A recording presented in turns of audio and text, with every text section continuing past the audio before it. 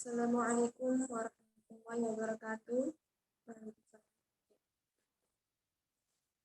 Bismillahirrahmanirrahim. Alhamdulillahirabbil alamin. Wa bihi nasta'in wa ala umuri dunya waddin. Wassalatu wassalamu ala asyrofil anbiya'i wal mursalin.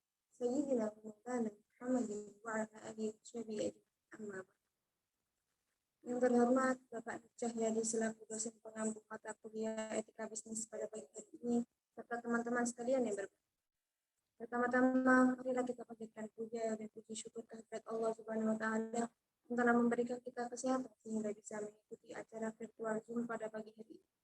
Baiklah teman-teman, langsung saja izinkan saya mempresentasikan hasil diskusi saya pada kelompok ini.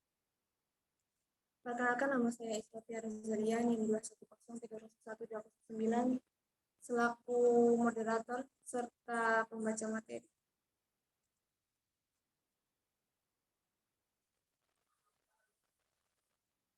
Kali ini saya akan membahas presentasi mengenai prinsip dalam berbisnis. Secara umum, prinsip dalam berbisnis itu tidak akan pernah lepas dari kehidupan sehari-hari. Namun, prinsip-prinsip yang berlaku dalam bisnis sesungguhnya ialah implementasi dari prinsip etika pada umumnya. Prinsip dalam berbisnis dibagi menjadi 5. Yang pertama yaitu prinsip otonomi, yang bertujuan untuk kebebasan mengambil keputusan dan bertindak berdasarkan keputusan yang menurutnya terbaik, karena kebebasan merupakan unsur hakiki dari prinsip otonomi ini. Dalam kaitannya ini, ada salah satu contoh perusahaan yang memiliki kewajiban terhadap para pelanggan, di antaranya yaitu memberikan produk dan jasa dengan kualitas yang sesuai dengan ketentuan mereka. Prinsip yang kedua yaitu prinsip kejujuran, yang meliputi pemenuhan syarat-syarat perjanjian atau kontrak, kualitas barang atau jasa yang ditawarkan, dan hubungan kerja dalam perusahaannya. Prinsip kejujuran ini bisa akan lama karena ada kejujuran antara orang satu dengan orang yang lainnya. Nah, ada 3 lingkup kegiatan bisnis yang berkaitan dengan kejujuran. Yang pertama yaitu kejujuran relevan dalam pemenuhan syarat-syarat perjanjian dan kontrak. Pelaku bisnis di sini secara prioritas saling percaya satu sama lain bahwa masing-masing pihak itu harus jujur dalam melaksanakan janjinya. Karena bila ada satu pihak yang melanggar, maka tidak mungkin lagi pihak yang dicuranginya mau bekerja sama. Yang kedua yaitu kejujuran relevan dengan penawaran barang dan jasa dengan mutu dan harga yang terbaik. Kejujuran yang ketiga yaitu kejujuran relevan dalam hubungan kerja internal dalam suatu perusahaan, yaitu antara pemberi kerja dan pekerja. Slide selanjutnya. Prinsip yang ketiga yakni prinsip keadilan, yang merupakan perusahaan yang bersikap adil kepada pihak-pihak terkait yang memberikan kontribusi langsung. Salah satu teori yang dikemukakan oleh Aristoteles yaitu keadilan legal. Keadilan ini menyangkut hubungan antara individu atau kelompok, masyarakat dengan negara. Semua pihak dijamin untuk mendapat perlakuan yang sama sesuai hukum yang berlaku.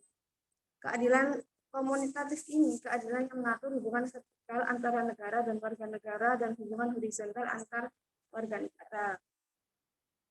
Prinsip yang keempat yaitu prinsip yang menguntungkan.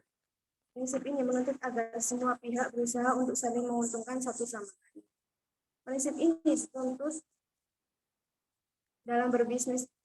Prinsip ini menuntut persaingan bisnis haruslah bisa melahirkan suatu win-win situation atau pemecahan masalah yang baik bagi semua.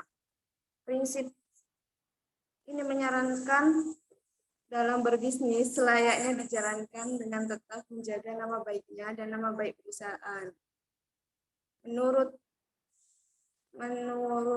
Wallace Twist 2005 menyebutkan ada 4 prinsip yang dipakai dalam berbisnis, yaitu utilitarianisme, yang kedua hak, yang ketiga keadilan, dan yang keempat perhatian.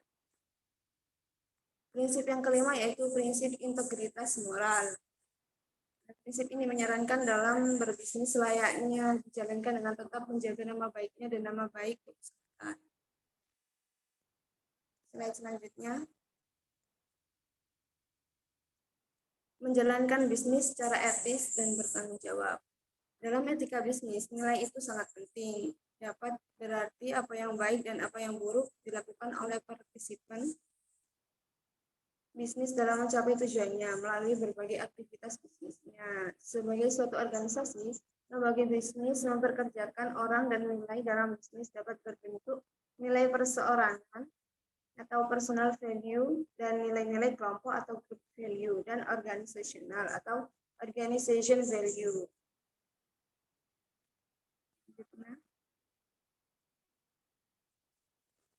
Sumber-sumber nilai etika dalam berbisnis. Yang pertama yaitu filsafat, yang merupakan sumber utama nilai-nilai etika yang dapat dijadikan sebagai acuan dan relevan dalam pengelolaan dan pengendalian perilaku pebisnis dengan aktivitas usaha bisnisnya. Salah satu kebiasaan Nabi, tentunya yaitu salah satu kebiasaan Nabi, ialah memberikan penghargaan atas kreativitas dan prestasi yang ditujukan pegawainya. Manajemen Islam pun tak mengenal perbedaan kepatuhan berdasarkan agama, ras, maupun suku dan bahasa.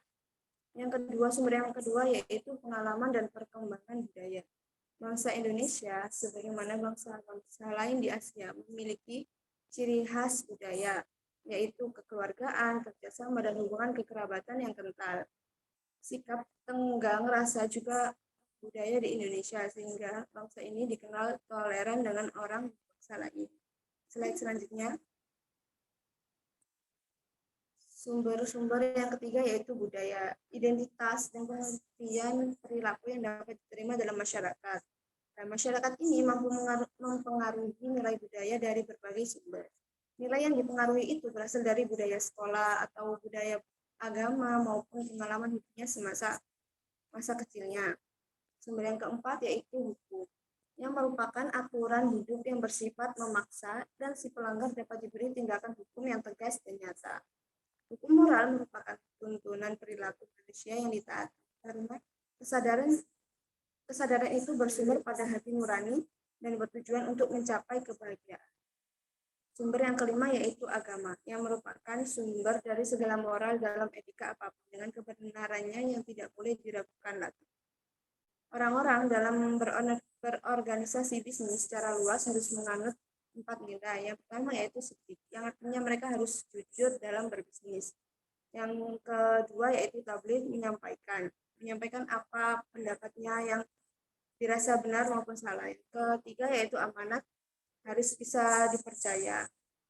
Kalaupun ada orang yang tidak dipercaya, maka orang tersebut tidak akan bekerja sama lagi dengan orang yang sama. Yang keempat yaitu fatona. Slide selanjutnya. Baik, sekian dari presentasi yang saya sampaikan. Kurang lebihnya saya mohon maaf yang sebesar-besarnya. Billahi taufiq wal hidayah wal ridho wal inayah. Wassalamualaikum warahmatullahi wabarakatuh.